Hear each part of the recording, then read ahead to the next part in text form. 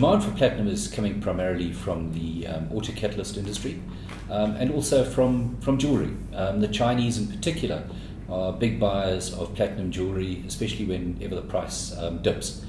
We certainly view the platinum jewelry industry and the Chinese in particular as what we like to call a shock absorber.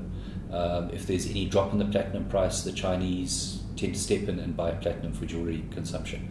So that's where the majority of consumption is coming from, is auto catalysts and also from the jewelry sector.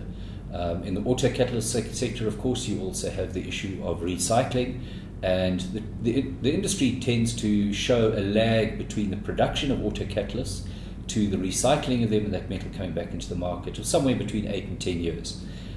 Talking to various industry experts, they're saying that the loadings 8 to 10 years ago per catalyst came down as the industry got more efficient, so we're going to see the recycling per catalyst come off.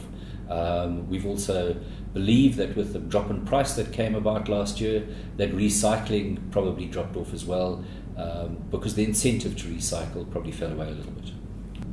I think the Anglo decision to cut shafts centered around a couple of things. Rising costs in terms of running those shafts, increased labor costs, increased electricity costs, declining grades as they switched to, say, UG2 mining, the increasing depth that they had, and also it takes a view on the supply and demand into the market. At the platinum price that was existing last year, their decision to cut those shafts, cut production, meant that they were losing money at that price. There's no point in producing at a loss-making shaft. That's not what the company is about.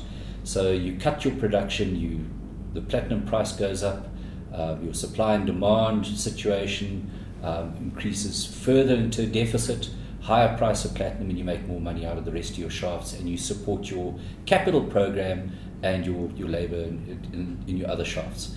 Note that they have not announced that they're selling those shafts. They have cut them. There's always the potential that in a year or 2 years' time they might be brought back into production.